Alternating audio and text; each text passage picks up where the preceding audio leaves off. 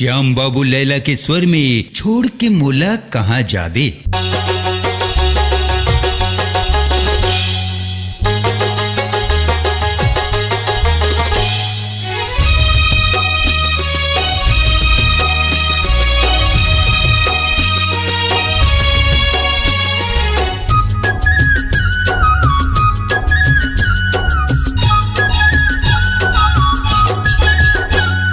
गोरी दथे सपना होग मोर कल्पना, गोरी दथे सपना होग मोर कल्पना।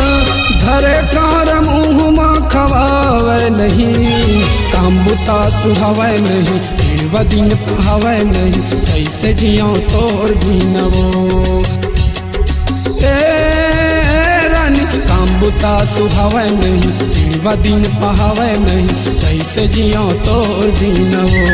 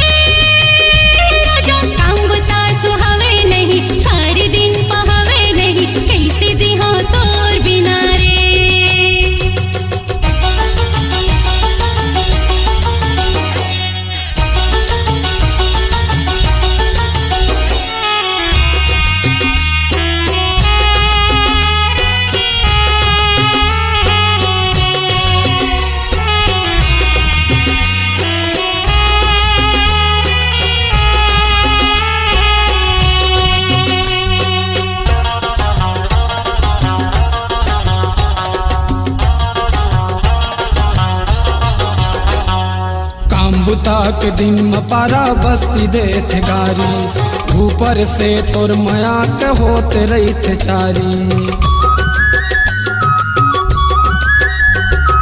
कोनो ताना देते कोनो गठिया थे हुए सा, मैं कुंवारी बैठे हम बैहा तोर भरोसा। आलू चना चखना मोर माया के मखना, आलू चना चखना मोर माया के मखना। नून भी न साग हा मिठावे नहीं, काम बुता सुहावे नहीं, दिन दिन पहावे नहीं, कैसे जियो तोर भी नवो। रानी काम बुता सुहावे नहीं, दिन दिन पहावे नहीं, कैसे जियो तोर भी नवो।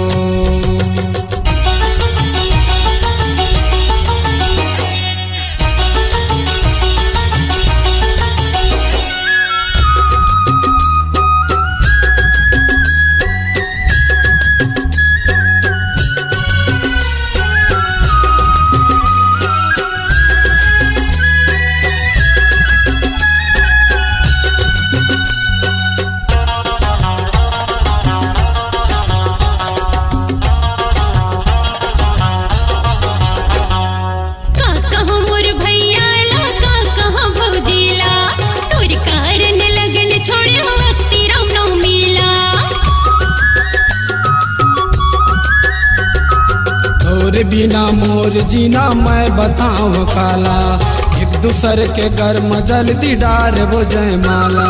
तही मोर बरगना तही मन महचना, तही मोर बरगना तही दिल महचना। लिखे गोदना नाव हाँ मिटावे नहीं, काम बुता सुहावे नहीं, दिन दिन पहावे नहीं, कैसे जियो तोर भी नवो। काम बुता सुहावे नहीं, दिन दिन पहावे नहीं, कैसे जियो तोर भी नवो।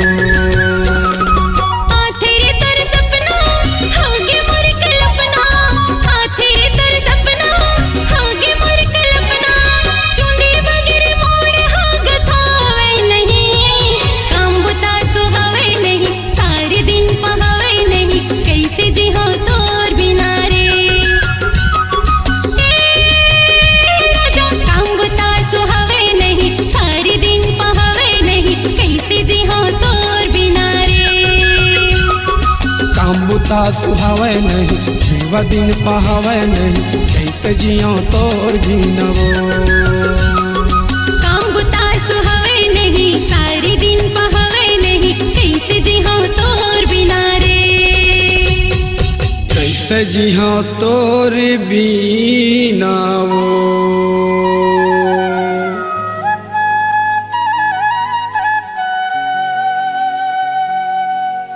अपनी आवाज को दीजिए एक नया मुकाम। डिजिटल रिकॉर्डिंग की दुनिया का जाना पहचाना नाम स्वरांजलि, जहां गूंजती हैं ध्वनियां अपनी माटी की सौंधी सुगंध के साथ। छत्तीसगढ़ी संगीत के विविध रंग जो पहुंचाते हैं पूरे प्रदेश में डिजिटल रिकॉर्डिंग के संग। स्वरांजलि स्टूडियो, नेमीचंद गली नंबर 2, गंजपारा, रायपुर।